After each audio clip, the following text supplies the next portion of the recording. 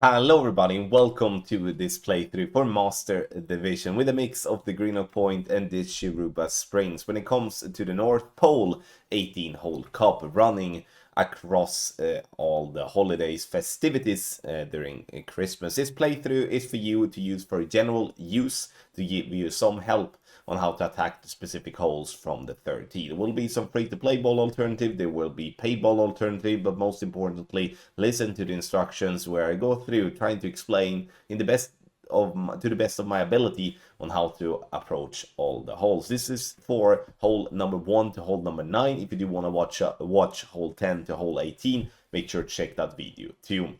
During the North Pole 18-hole Cup, we are not making an Ultimate Tournament text guide. We will be back again for the tournament that starts the 30th of December. We always have a break during the Christmas week for the team to celebrate with their families. But that doesn't mean that everything stopped there. On patreon.com/golf-tommy, for those of you that do have an active tournament package, will get access to old slides, meaning that you can still be competitive using older content that we have produced, and that's obviously much more than what others will be getting. So sign up to any of our packages using TT Christmas code. That will give you 25% off on all our packages on Patreon. Doesn't matter if it's tournament, if it's tour play, checkpoint challenge, or just our website access pass. In this playthrough, you can follow along by using the info box on the right hand side for the club distance adjustment, elevation adjustment, also what ball and club type I suggest you to play with. Have in mind that those are all suggestions and you don't have to follow it if you don't want to, but there's always a plan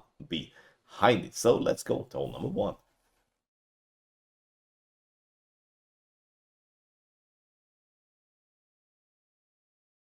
Hole number 1, I decided to play an NMT with the rock here. I do feel an NMT is definitely a viable option when it comes to a headwind and a crosswind. I would say when it comes to a tailwind, the problematic thing with an NMT is that we are going to have the ball obviously carry longer than what we are aiming, so then we're going to have to compensate with a lot of underpower, or just have to move our aim point. There is a rough bump obviously that you can play. You can play a backspin shot on the left hand side as well. There are many different ways of playing this particular par 3, but obviously when we're playing an NMT, the fun thing or the good thing with that is that you don't have to fiddle around with a different aim point. I was adjusting 1-to-1 plus 1.5 using 2.3, 2.4 backspin together with 1.7 right spin. So some fiddly spins, but we're getting around the hole, keeping ourselves the NMT. Now, like I said, you can play this hole in many different ways with the many different wind angles that can be presented for us.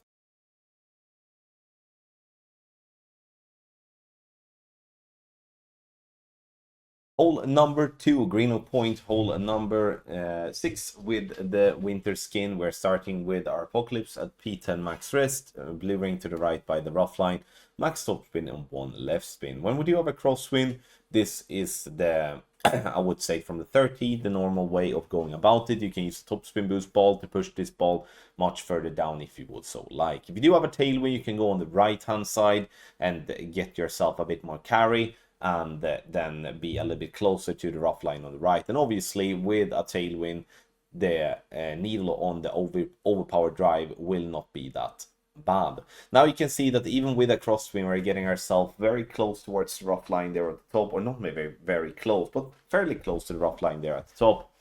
And from there, we will have a thorn towards the pin. Last but not least, if we do have a headwind and can't really play a shot like this, then you're going to have to somewhat either play it safe on the right side, or you do play it safe on the left side, doing some sort of a double bounce over to the second fairway and to then attack the pin from distance with a long iron or with a wood club. Now you can decide to either play a wedge or you play a short iron. For me, this the decision is simple.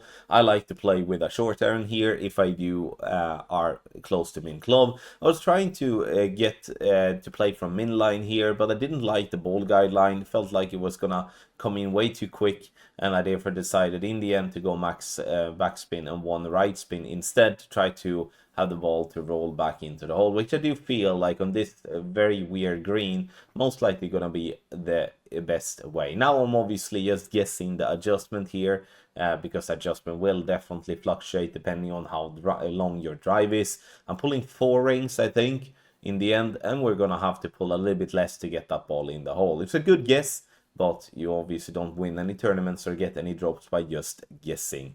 10% elevation if you're playing through club, here would be my best suggestion, but again, the elevation will differ massively, in my opinion, if you're playing a backspin shot like this or if you're bouncing the ball towards the pin. But a good luck at the eagle nonetheless.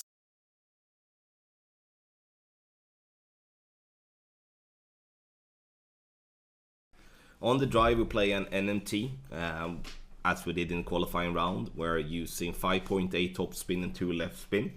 Adjust is gonna be max plus 20 P0, which is 1-to-1 with a pocket 8.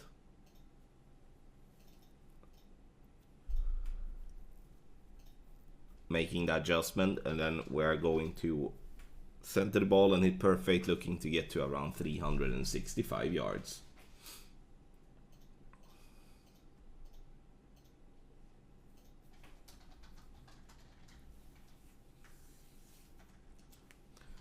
Bounces nicely on the fairway, and as you can see here, getting that nice little rollout as well to 366 yards, which is absolutely perfect.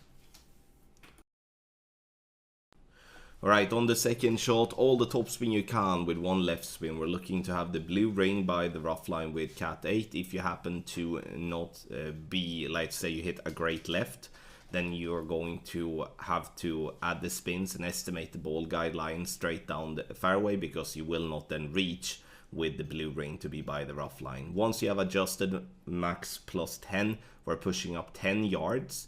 And that's going to be with cat 8. It's going to be to max with the other clubs. The reason I'm only pushing up 10 yards here is because I don't want to go too far with my cat 8. So cat 7, 6 and 5 all is going to push up to max, and then it's going to leave a different end bringer, whereof cat 7, cat 8 and also cat 6, I must say, is always going to leave a nice sweet end bringer, where cat 5 is most likely going to leave a little bit of a longer end bringer. Still fine though, but not really ultimate with cat 5, of course.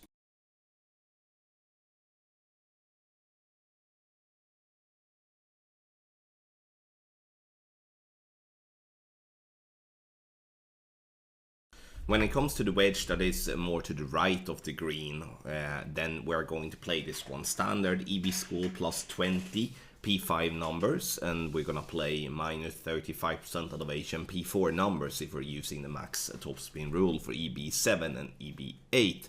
Please watch the other endbringer video as well, as we will be playing a different elevation if we happen to be further back.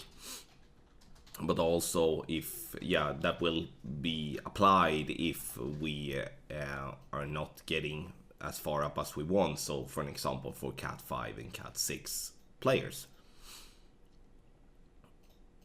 Perfect ball it is, and we roll down the green and getting dead center for the eagle here on hole number 3. On the drive, we play an NMT, as we did in the qualifying round. We're using 5.8 top spin and 2 left spin. Adjust is gonna be max plus 20 P0, which is 1-to-1 with a pocket 8.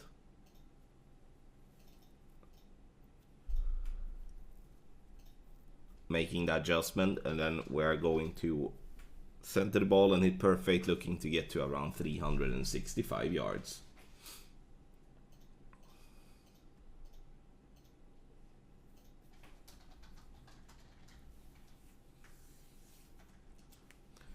Bounces nicely on the fairway, and as you can see here, getting that nice little rollout as well to 366 yards, which is absolutely perfect. Alright, on the second shot, all the top spin you can with 1 left spin. We're looking to have the blue ring by the rough line with cat 8. If you happen to not be, let's say you hit a great left, then you're going to have to add the spins and estimate the ball guideline straight down the fairway, because you will not then reach with the blue ring to be by the rough line. Once you have adjusted max plus 10, we're pushing up 10 yards. and that's going to be with cat 8. It's going to be to max with the other clubs. The reason I'm only pushing up 10 yards here is because I don't want to go too far with my cat 8. So cat 7, 6 and 5 all is going to push up to max, and then it's going to leave a different endbringer, whereof cat 7, cat 7, cat 8 and also cat 6, I must say, is always going to leave a nice sweet endbringer, where cat 5 is most likely going to leave a little bit of a longer endbringer. Still fine though, but not really ultimate with cat 5, of course.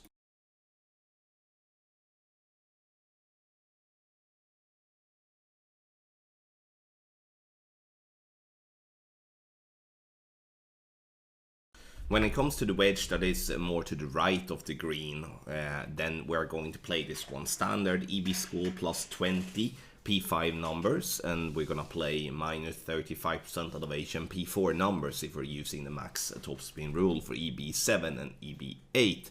Please watch the other endbringer video as well, as we will be playing a different elevation if we happen to be further back.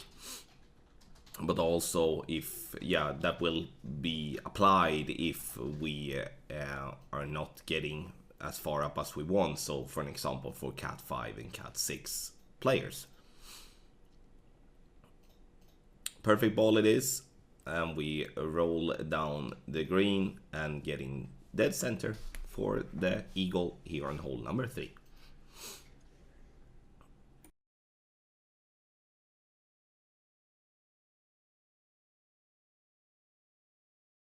On the drive here on hole number 5, we are starting with quarterback at max P3 line clearing by the rough line, then we're swapping to a pock and B52 bag. Have in mind that you need to play with B52 level 6 or better, because B52 level 5 do not have the topspin required on the second shot.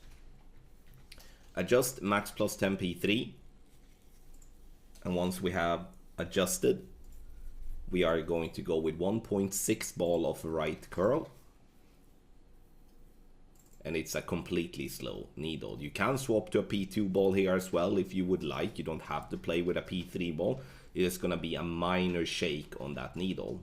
7.2 topspin, 1 right spin. We're gonna do a little push up for a pock 6 and a little bit more on a pock 5 to compensate for the lesser topspin. On the second shot, we are going to do a pin check, and the pin check is, in this case, is plus 5. We have our base at plus 3 and plus 4. Which is 38% slider, no elevation, P3 numbers. Here we're adding 0.1, 4.2 top spin and 1 right spin, bullseye just by the edge of the rough line. This to not have to struggle with seeing where the rough line ends, which is unfortunately a big problem here. This is an angle you can see there in the distance that we are right of the house, and in this angle we're gonna go circle break under power. And we're gonna do circle break -1 when it comes to the more headwind angle. Adjustment is done. Center the ball, then move up slowly towards circle break. You see I'm moving down here and correcting, making sure everything goes correct. Perfect ball it is. Bounces nicely in the rough and rolls down the dead center with beautiful speed here at hole number 5. You get our guide on patreon.com/golf-tommy.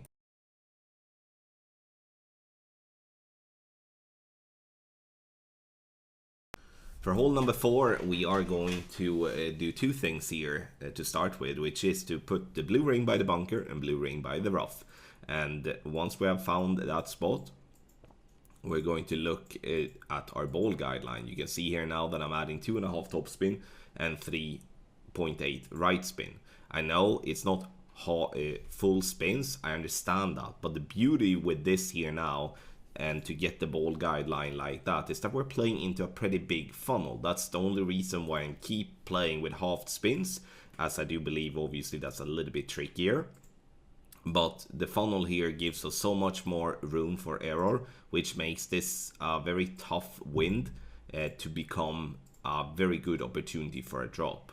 Now, last piece of the puzzle is that we're gonna go in this angle. I'm going just before circle drop overpower, and it bounces on the fairway up over the bunker and it rolls up towards the pin. Minor tweaks depending on wind angle is what we're going to have, but again, it's just going to be minor. So what we need to have in mind here as well is that the adjustment is 1-1 -1. So if it's an 8 miles per hour wind, then we place 7 rings for that. Get our guide on patreon.com/golfclashtommy.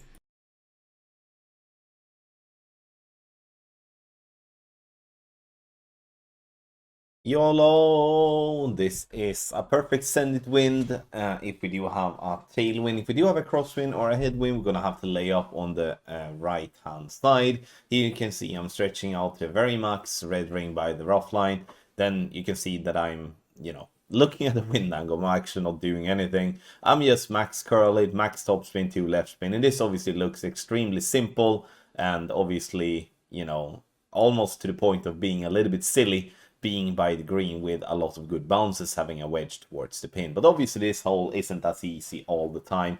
To consistently be by the green, you're going to have to dial in some wind angles, going to have some tweaks with that. And it's not entirely sure that a berserker ball will have the juice enough to always be there. A wind zero ball wouldn't be bad when it comes to a tailwind. But when it comes to crosswind and headwind, we do lay up on the right hand side. From there you will have a sniper or you will have a long iron towards the pin. Look for a funnel, and then you can have a very good success here on hole number 6.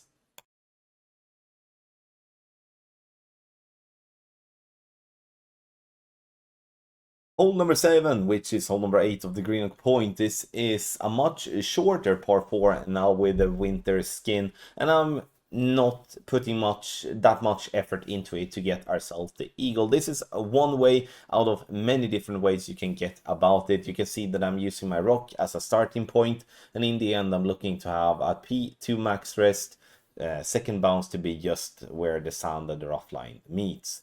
I'm using all the top spin and 1 right spin with my Apocalypse and also with my Luminary, as I'm just looking to clip the rough to roll out safely onto the green. If you land too far right, you might get a speed roll, and obviously if you're not judging the top spin correct, you might go short. That's the difficult part with a par 4 like this, that in headwind the ball guideline will be so compressed that it will land much shorter than what it looks like to be. And you can see in the best of the worlds, we are clipping the rough, we roll out onto the green, and obviously with a little bit more right spin, it could be a little bit of an exciting time to go for the pin. If you do have a tailwind, you can go on the left hand side using backspin and attack the pin that way if you would so like. But this is a hole, especially with the winter skin of the Greenoch Point, that you will most definitely have to get yourself the eagle, otherwise you will be one shot behind your opponents.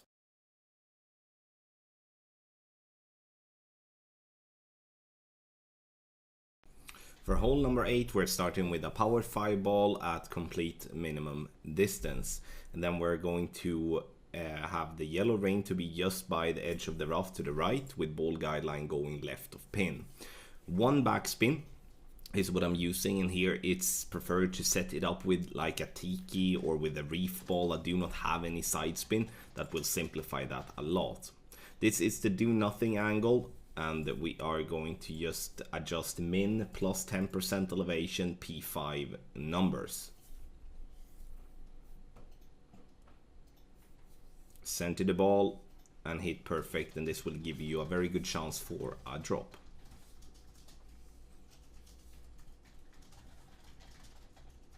Bounce the center into the rough, rolls down, and dropping this one dead center for the hole-in-one here on hole number 8. Get our guide on patreon.com/golfclashtommy for pro and expert and master division.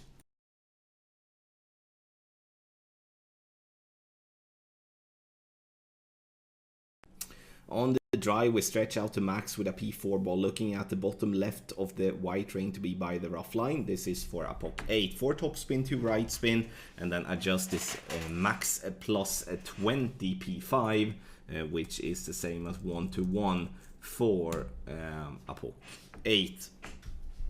Adjust this done, we're going to push up. Here we're going to push up all from 8 or 8.5 rings with a POC 8.